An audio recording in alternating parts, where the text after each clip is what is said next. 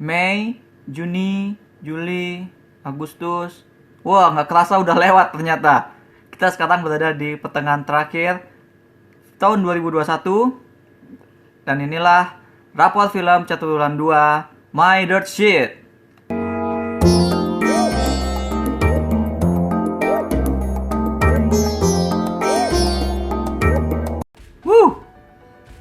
Kerasa cepat, mungkin karena buatku film-film Catur Bulan ini banyak yang unik-unik. Banyak film yang aneh, tapi tetap keren. Kita lihat mulai dari ada bintang laut yang raksasa gitu kan. Terus ada ibu yang ngasih makan belalang dengan darah, ibu yang vampir, hingga ke anak boneka kayu yang bisa nyanyi. Nah ini kan out of the box banget. Film-film Catur Bulan itu banyak yang kayak gitu. Jadi ada 36 film yang telah berhasil terreview. Kita bisa lihat di sini. Mestinya ada lebih banyak lagi yang aku tonton tapi nggak sempat ke review karena beberapa alasan, kayak Cafe Art dan Empty Man yang udah nggak urgent, dan Cut Nyak Din yang apalagi itu film zaman dulu banget. Aneh kan kalau ada award yang kepikiran buat masukin itu ke nominasi tahun ini. Padahal filmnya bagus, memang bagus, keren banget. Nah tapi itulah, 36 sebenarnya lebih satu daripada Catur Bulan kemarin, cuma 35.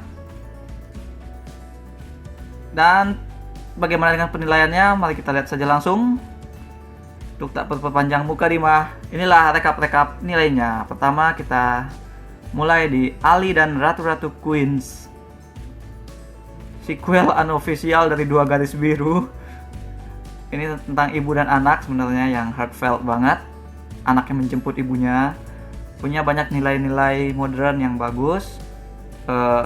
Cuma masalahnya Ratu-Ratu Queens-nya di sini tuh kurang dieksplor. Jadi kurang balance sih ceritanya. Aku ngasihnya 6. Maka dia dapat nilai B pertama yang jatuh di Catur Bulan 2 ini.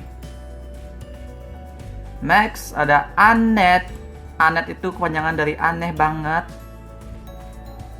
Nah, ini nih salah satu film paling absurd yang ku tonton. Semuanya tuh dimusikin, semuanya dinyanyiin, ada dialog-dialognya, makanya mungkin banyak orang yang kurang connect.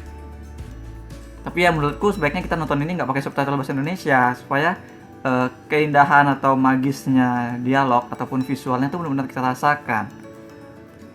Kekurangan film ini buatku cuma agak dijual sebagai romansnya itu, padahal ini sebenarnya kan lebih tepat sebagai cerita tentang orang tua dan anak. Karena dengan akhirnya, dengan yang paling puncak, yang paling keren buatku tuh ya dengan akhir ketika si Annette itu si anaknya dengan sang bapak di suatu tempat, dan nggak spoiler. Aku ngasihnya 7,5, dapat A. Annette. Next ada Zack Snyder's Army of the Dead, film yang seru tapi konyol juga. Ada zombie yang pintar di sini, bisa naik kuda, fun tembak-tembakan, tapi ya itu banyak begonya sayangnya. Aku ngasihnya 5 untuk fun-fun aja, nilai C.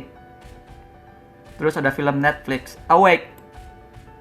Ini premisnya menarik tentang ketika kita nggak bisa tidur, tapi eksekusinya banyak yang terasa kurang pro gitu. Editingnya choppy, actingnya apalagi, jadi gimmicky doang yang ditinggiin. Aku ngasihnya 3. Itu ada di D ternyata, kasihan amat. Nilai D pertama. Next ada Beckett. Film seru. Capek nontonnya karena dia dikejar-kejar terus-terus. Tapi ya itu tadi substansinya kurang diperdalam, cuma banyak seru-seruan aja. Jadi aku ngasih Beckett ini, kok Beckett sih jadi ember.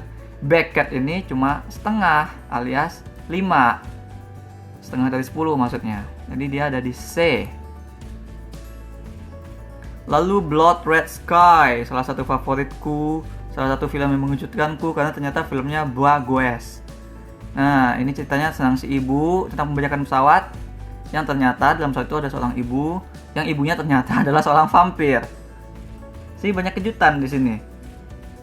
Jadi nggak biasa ceritanya. Dia bisa dibilang kayak Train to Busan tapi lebih personal lagi antara ibu dan anak gitu. Masalahnya buat filmku di sini tuh cuma struktur berceritanya menggunakan alur yang bolak-balik sehingga ya perspektifnya jadi kurang rapi. Kalau ini tetap pada stay di jalur tentang ibu, tentang perspektif ibunya, nilainya bisa lebih tinggi lagi. Untuk saat ini aku cuma ngasihnya 6,5. Dia ada di B. Nyangkut. Lalu ada Sensor. Ini film yang memperkenalkan yang mengajarkan kita soal sensor mandiri itu penting.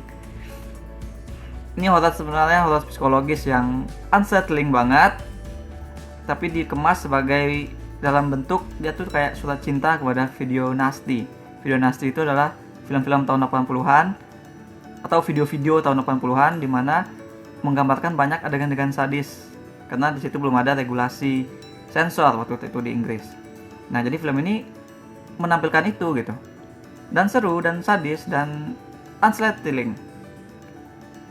Aku ngasihnya 7,5 di A. Cuma ya mungkin agak kurang relate karena yang terjadi pada karakternya di sini memang agak-agak agak-agak jauh dari penonton yang kebanyakan. Lalu ada Coda. Wah, ini film. Men, ini harus nonton banget. Tentang anak dari keluarga tuli, tapi nggak pernah menye-menye, nggak pernah terlalu dramatis gitu. Walaupun karakternya karakter minor, tapi nggak nuntut, mereka nggak minta belas kasihan. Semuanya feels real, kayak permasalahannya kayak permasalahan orang yang dekat dengan kita gitu. Ada adegan nyanyi juga kalau yang suka musik, terus ada banyak adegan menyentuh.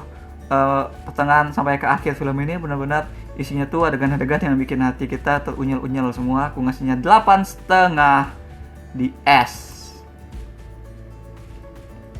Lalu ada Conjuring ketiga, Devil Made Me Do It.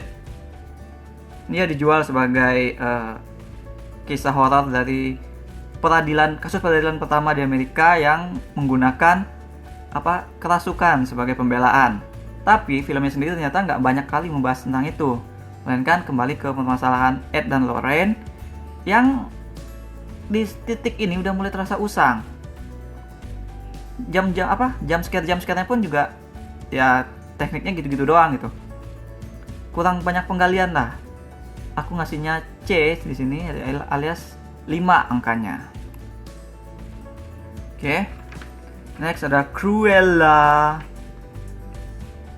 Film Disney live action dari tokoh villain paling ikonik. Iya sih kayaknya Cruella. Setelah Ursula, Cruella villain ikonik Disney. Tadinya aku takut film ini bakal jadi agenda feminis banget, tapi ternyata enggak. Karakternya dimainkan fun, sedikit dark, dan juga banyak fashion yang asik dan menarik untuk dilihat. Unik lah film ini karena ya itu tadi Disney berkulit dari bikin cerita untuk anak-anak agak diperdark sedikit. Hasilnya Cruella yang lumayan asik tuh diikuti. Aku ngasihnya 6 di B. Lalu Those Who Wish Me Dead. Ini filmnya bland banget. Bahkan Angelina Jolie pakai mode survivalnya pun nggak bisa bikin film ini jadi sesuatu yang seru gitu. Naskahnya sih sebenarnya yang kebakaran terlalu datar. Aku ngasihnya 4 aja, ada di C. Lalu The East alias The Us. Ini film dari Belanda, dari sudut pandang Belanda yang jadi tentara di penjajahan Indonesia. Cukup klise sebenarnya, tapi menarik karena itu tadi sudut pandangnya dari orang Belanda. Memang film ini seperti si Blood Red Sky masalahnya, yaitu struktur berceritanya flashback. Jadi membuat pengalaman cerita itu jadi kurang personal gitu. Malah bikin kita jadi terlepas antara ini film perang tentang kejadian atau tentang orang. Jadi ya mestinya diperkuat aja, dia itu adalah tentang psikologi seorang tentara itu. Aku ngasihnya 6, dia dapat B. Lalu, ini 3 trilogi horor di Netflix. Keren sih bikin trilogi horor di saat-saat seperti ini, maksudnya jadi ada sesuatu yang berbeda yang bisa kita tunggu gitu setiap minggu. Dan ya, dia munculnya tiap minggu, jadi nggak nunggu lama-lama, nggak kayak film-film lain yang misalnya setahun baru muncul. Tapi itu performanya nggak ada yang bagus, cuma ada satu yang bagus. Si Fear Street pertama 1994 try too hard untuk jadi horror 90-an yang edgy. Horror sebenarnya mereka tuh ceritanya ya kurang kuat aja, protagonisnya boring di sini. Dia cuma ikut-ikutan Scream tapi nggak pernah bisa tampil secerdas Scream. Aku ngasihnya 2, dapat nilai E. Lalu bagian keduanya si Fear Street 1978. Nah, ini yang paling lumayan dari antara ketiganya. Paling mending. Slasher 80-an yang di emulate, terasa genuine. Ya, nggak banyak kesalahan lah. Ditambah lagi dengan di backstory-nya adalah cerita tentang kakak beradik yang lumayan menyentuh. Aku ngasihnya 5,5, ada di B. Dan bagian ketiganya Fear Street 1666. Ini yang paling tak tertolong karena udah nggak kayak film, udah kacau. Benturan antara harus jadi trilogi dengan cara bercerita sendiri itu udah nggak mess up well di sini. Terus treatmentnya juga konyol, treatment dunianya juga konyol gitu. Jadi nggak jelas apakah mereka itu leluhur atau apa. Aku ngasihnya F, yaitu di film bego 1. Kasihan amat, tapi nggak apa-apa. Masih banyak horor lain yang lebih pantas dikasih nilai bagus. Salah satunya adalah gaya. Film ini walaupun gaya, dia nggak banyak gaya. Oke, cukup banyak sih gayanya. Dia film yang unik, menggunakan prostetik segala macam. Musuh utamanya di sini adalah tumbuhan. Tapi dia berhasil memberikan kita sesuatu untuk dipikirkan. Gaya ini weird, tapi berbobot gitu. Antagonisnya tuh tumbuhan atau jamur. Dia juga membahas soal agama, membahas soal environment, dan kemanusiaan itu sendiri. Padat. Cuma mungkin memang agak kurang termesh up well aja. Aku ngasihnya B, alias ngasihnya 6. Gaya. Terus ada The Green Knight, satu lagi favoritku tahun ini. Benar-benar dijual, benar-benar ditampilkan sebagai sebuah fantasi. Tapi dia sebenarnya adalah kisah kepahlawanan yang relatable banget. Karena dia ceritanya tentang ksatria yang dia nggak yakin dia tuh pantas nggak sebagai ksatria gitu. Bagus, 2 jam lebih film ini tuh nggak kerasa karena saking serunya petualangan psikologisnya dia. Aku ngasihnya 7,5, dapat A. Next ada Infinite. Ini satu lagi yang konsepnya menarik. Dia punya konsep reinkarnasi tapi digali dengan sangat datar. Semuanya generik. Bahkan aksi-aksi heboh si Mark Wahlberg loncat-loncat di atas pesawat aja nggak bikin kita jumpalitan gitu, nggak bikin apa gitu. Karena ceritanya memang bland, eksekusinya semuanya. Bahkan nanti ada representasi yang di akhir film yang mungkin bikin kita makin kesel sama film ini. Karena dia terlihat seperti ala kadarnya doang. Aku ngasihnya nilai 2, nemenin si Fear Street pertama di E. Lalu ada Disney Jungle Cruise. Ini awalnya enjoyable banget. Aku udah nikmat nih ngikutin perjalanan si The Rock sama Emily Blunt. Mereka bisa banget bercerita dengan seru, dengan kocak. Tapi kemudian di paruh akhir mulai reveal twist yang bukan hanya nggak perlu sebenarnya, tapi juga bikin semua film dari awal itu jadi bego, jadi nggak make sense. Maka aku ngasihnya nilai 4 di C. Lalu ada Tarian Lengger Maut. Nah, ngomong-ngomong soal film bego, nah ini nih film bego, langsung aja kasih F di sini. Alasannya nanti. Ini film dari judulnya aja udah nggak nyambung. Kelihatan banget pengen ngasih clickbait. Seolah-olah ini kayak film KKN itu deh, yang nari-nari desa penari. Karena sebenarnya bukan sama sekali tentang tarian, tapi tentang dokter jantung. Terus itu actingnya kaku. Dua pemainnya tuh kayak nggak tahu mereka sebenarnya di film apa gitu, film horor apa film thriller atau film nggak jelas lah. Endingnya tuh salah satu ending paling bego di yang ku tonton, bukan hanya di catur bulan ini tapi juga di catur bulan lain.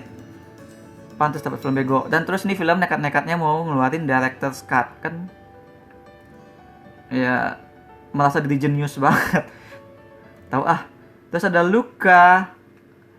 not best from Pixar, tapi tetap sebuah cerita kehidupan yang sangat hangat tentang persahabatan dan tentang mengenali kekuatan diri, membawa diri lah gitu ceritanya. Penuh oleh karakter-karakter yang bakal nyangkut banget lama di hati kita. Aku ngasih Luka 6,5. B. Kata orang filmnya mirip Call Me By Your Name karena ada sedikit ke arah si cowoknya ini suka sama cowok yang itu gitu. Tapi kayak kalau aku lihat mereka cuma sahabatan doang sih, sahabatan anak-anak lah. Tapi nggak tahu, itu tergantung masing-masing aja. Nah, persoalan animasi terkeren kayaknya masih dipegang oleh The Mitchells versus The Machines ini. Ini konyol banget filmnya, absurd banget. Sebenarnya ceritanya hampir mirip Coda, sama sebenarnya tentang bakat anak yang tidak didengar oleh orang tuanya. Tapi ini petualangannya jadi seru sekali, jadi konyol sekali, menggunakan banyak sekali treatment-treatment yang sesuai dengan konsep dan konteks karakter si anak itu, karena dia di sini pembuat video. Ini petualangannya seru, walaupun nggak berat kayak film-film Pixar, muatannya maksudnya. Tapi dia berhasil ngasih tahu bahwa film ringan tetap bisa mencapai nilai tertinggi, yaitu nilai 8,5 ada di S. Nah itulah animasi terbaik menurutku tahun ini, sejauh ini. Next ada Persepsi. Wow, Indonesia rekor bikin kedua film bego. Ini nih, Persepsi. Dia mungkin lebih juara dari Tarian Lengger Maut kayaknya. Ini bikin film itu, kita tuh harus punya visi, harus punya bahasan, harus ada substansi. Persepsi ini nggak punya semua itu gitu. Persepsi ini cuma dibikin untuk pembuatnya have fun bareng teman-temannya doang. Have fun dengan mengecoh penonton. Sama sekali nggak respect sama kita, dan aku juga nggak respect sama film ini. Jelek banget. Lalu ada Peter Rabbit 2, The Runaway. Nah, ini sebenarnya aku suka filmnya. Tapi fungsi dia tuh sebagai film tuh nggak jelas. Jadi dia jadi meta di sini. Peter Rabbit menggunakan humor meta, tapi nggak jelas itu untuk apa. Apakah dia untuk nyindir diri sendiri? Apakah dia untuk nyindir bisnis adaptasi gitu misalnya kan? Apa gimana? Nggak jelas. Tapi tetap saja film ini mengandung satu adegan favoritku, salah satu adegan favoritku tahun ini, yaitu ada adegan musik Green Day. Coba dia nonton sendiri. Aku ngasihnya 5,5. Wow, masih dapat B ternyata. Peter Rabbit. Dari kelinci kita pindah ke babi alias pig. Satu lagi film aneh, cerita balas dendam tapi anti kekerasan. Dan ternyata itu sangat-sangat dalam filmnya. Tentang apa ya? Jadi di sini si Nicolas Cage babinya dicuri, terus dia kembali lagi ke kota tempat dia meninggalkan semua karir dan kegagalannya terdahulu, dan dia konfrontasi lagi dengan semua itu. Di sini Nicolas Cage mulai nunjukin permainan acting yang benar-benar dalam. Aku ngasihnya 7,5 A. Pig. Dari Pig kita pindah ke kuda pakai topeng. Ini filmnya namanya The Forever Purge. Aku selalu suka film Purge, walaupun kadang-kadang ya substansinya kurang. Tapi di sini mereka mulai ngasih tambahan substansi, ceritanya mulai agak berbobot. Masih seru juga, tapi tapinya itu agak vital sih. Kekhasan The Purge-nya itu sendiri jadi berkurang di sini, jadi hilang. Karena di sini kekerasan di The Purge itu terjadi sepanjang hari, nggak hanya malam lagi, nggak ada batas waktu lagi. Dan itu ya buatku jadi sama kayak film-film kekerasan lain, apa bedanya gitu. Jadi aku ngasih film ini cuma di angka 4,5 karena buatku jadi kayak standar film violence yang biasa, dia dari C jadinya. Terus ada A Quiet Place 2 Part 2, A Quiet Place Part 2. Somehow sequel yang nggak ada yang minta ini ternyata berhasil mempertahankan arahan horor yang menjadi kekuatan besar dari film pertamanya. Di sini dia tetap perspektifnya dijaga segala macam, ekspansi dunianya juga dilakukan dengan telaten sehingga kita penasaran sekaligus terjalin sempurna lah dengan film pertamanya. Petualangan ketiga tokohnya masih fantastis disaksikan, masih ngasilin hal baru, walaupun secara keseluruhan film ini cuma agak sedikit mengecewakan karena dia kayak nunggu sequel lagi gitu. Aku ngasihnya 7,5 aja, dia di A. Mana? Udah. Lalu Space Jam A New Legacy.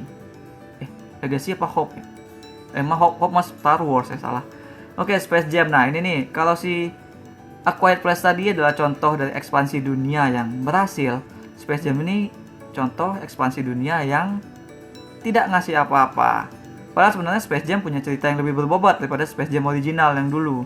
Tapi di sini dunia yang lebih gede, lebih luas, itu ternyata cuma jadi apa ya? Jadi iklan IP-nya Warner Bros gitu. Jadi semua tokoh-tokoh Warner Bros dimunculin tanpa ada kepentingan pada cerita. Jadi ya kayak sebuah grande iklan doang. Aku ngasihnya 5. Itu ada di C. Lalu ada Spiral from the Book of Saw.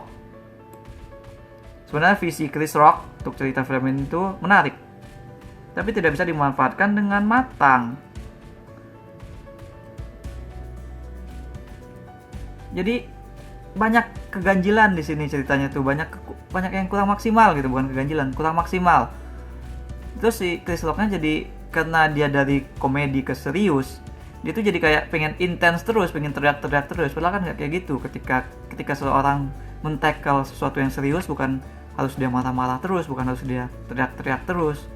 Nah jadi film ini ngegas gitu terus, ngegas buat karakter si Chris Rock bisa dapat porsi-porsi drama yang kuat, tapi akhirnya malah jadi ya melelahkan juga nontonnya. Aku ngasihnya 3, jadi D sama dengan Awake. Lalu ada The Suicide Squad. Nah ini yang paling konyol, aneh, pencampuran semuanya, tapi it works greatly sebagai entertainment. Seru banget nonton karakter dan aksi-aksinya. Kayaknya nggak bakal banyak yang bisa dibilang selain dia dikasih 7,5 alias dapat A. Lalu ada The Swarm, La Nuit atau apa? Pokoknya ini film horor dari Prancis. Nah ini nih film ibu yang ternak belalang tapi demi anak-anaknya. Nah sebenarnya nih horor ini adalah urusan si ibu dengan raising single mother yang membesarkan anaknya, drama itu, tapi diberi lapisan horor creature dan juga sedikit body horror. Jadi ini film yang cukup aneh tapi enak tuh diikuti dramanya. Sayangnya endingnya agak kurang memuaskan. Aku ngasihnya 6 saja, ada di B. Ayo lebah di sebelah kelinci. Kok lebah belalang. Lalu ada Till Death. Aku udah salah banget meng-underestimate Megan Fox di film ini. Aku kira filmnya bakal jadi film thriller biasa aja, tapi ternyata thrillernya seru. Megan Fox-nya juga, dia nggak ragu dah melakukan acting yang physically demanding. Jadi hampir sebagian besar film dia terikat pada mayat dan dia harus bergerak sana kemari karena di rumah salju di tempat dia terkurung itu ada maling yang mau menyakiti dan ngambil hartanya. Nah ini jadi seru petualangan kucing-kucingannya jadi seru. Aku ngasihnya 5,5 di B. Di sini. Lalu The Vigil, ini jaga pocong versi Yahudi. Banyak sekali perspektif unik di film ini karena kita nggak banyak tahu tentang tradisi ataupun tentang karakternya sendiri yang seorang yang dibayar untuk menjagain mayat. Dan ini benar-benar jadi thriller psikologis yang efektif. Apalagi dia berada di ruang tertutup. Jadi perasaan itu terkuat dengan kuat. Aku ngasihnya 7 di A. Lalu The White Tiger. Nah ini eksklusif untuk review blog. Nggak ada di review YouTubeku. Karena ini reviewnya aku lakukan bareng sama pembaca yang merekomendasikan film ini. Dan ternyata aku jadi suka filmnya. Filmnya bagus ternyata. Aku suka perspektif dan insight yang ditampilkan oleh film ini. Sama seperti The Vigil, aku juga nggak banyak tahu tentang yang ditampilkan oleh film ini. Tapi buatku endingnya dan cara bercerita film ini tuh bikin apa ya, filmnya jadi mandek, nggak bisa lebih besar lagi dari yang ditampilkan ini gitu. Jadi kayak ya terlalu catering ke diri sendiri gitu. Aku ngasihnya nilainya 7, tapi tetap dapat A ternyata. Lalu ada Black Widow. Wow, udahlah. Kalau nggak mau bikin film nggak usah maksain. Gitu buat Black Widow. Walaupun filmnya akhirnya jadi setelah sekian lama, tapi nggak kayak film Black Widow gitu. Malah lebih seru kebahas karakter lain, kebahas karakter si Helena. Terlalu bombastis juga untuk ukuran dan konteks si Black Widow itu sendiri. Jadi ya film ini kayak identitasnya nggak kuat. Aku ngasihnya 5 C. Dan terakhir, The Woman in the Window. Mestinya dia bisa jadi horor psikologis yang menarik, tapi kejegal sama perspektifnya sendiri. Ya, biasalah film yang berusaha agenda cewek. Adegan akhirnya juga jadi kayak kayak keluar dari konteks dari bangunan cerita awal. Jadi film ini sebenarnya sama kayak Black Widow, dia mau terundur-undur terus dan banyak rewrite, dan itu kerasa saat kita nonton. Nggak koheren lagi. Aku ngasihnya juga 5 di C. Oke. Inilah dia film-film tahun Catur Bulan 2 tahun 2021. Aneh-aneh kan? Ada harimau, ada kelinci, ada belalang, ada makhluk setengah ikan. Mana lagi? Ada tokoh kartun, ada Black Widow, alias laba-laba. Tapi aku berharap tahun Catur Bulan berikutnya lebih seru lagi, karena di sini lihat lebih banyak film yang bagus kayaknya daripada yang jelek. Bahkan yang 45 ini sebenarnya bisa dibilang watchable, cuma ya beberapa masalah teknis doang. Aku senang serius. Bioskop juga mau buka kan, kayaknya gitu. Dan ya, we should be happy about that. Karena siapa tahu next time kita ketemu lebih banyak lagi film bagus yang dibahas, lebih banyak lagi film yang diomongin, nggak di bawah 40 kayak 2 Catur Bulan terakhir. Ya itu. That's all we have for now untuk sekarang. Bagaimana dengan kalian? Apa film favorit kalian? Apakah ada yang tidak setuju dengan penilaian ini? Apakah ada yang mau marah? Silahkan aja di komen, bebas. Because in life there are winners and there are losers.